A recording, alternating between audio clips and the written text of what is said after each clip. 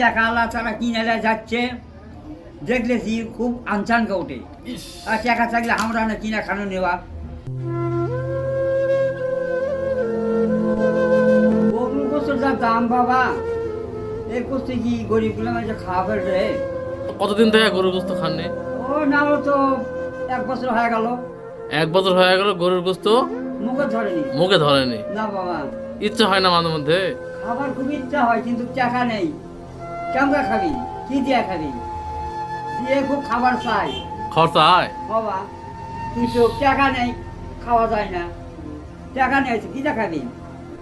আমাকে অত টাকাও নেই, আমার খাবারও পারবো না।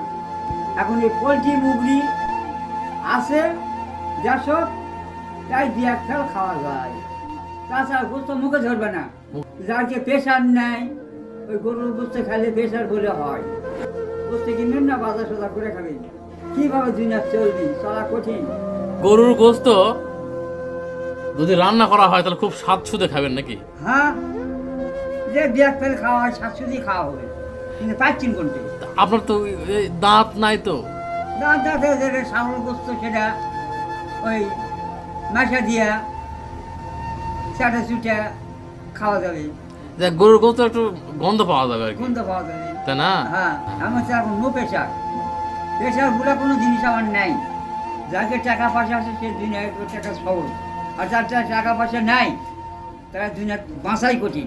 কঠিন মানে কি? যাতা কঠিন। এই যে আপনার এখন গরুর গোস্ত খাইতে মন চায়, তা আপনার টাকার অভাবে কিন্তু খেতে পারতেছেন খাওয়া না। পাচ্ছি না।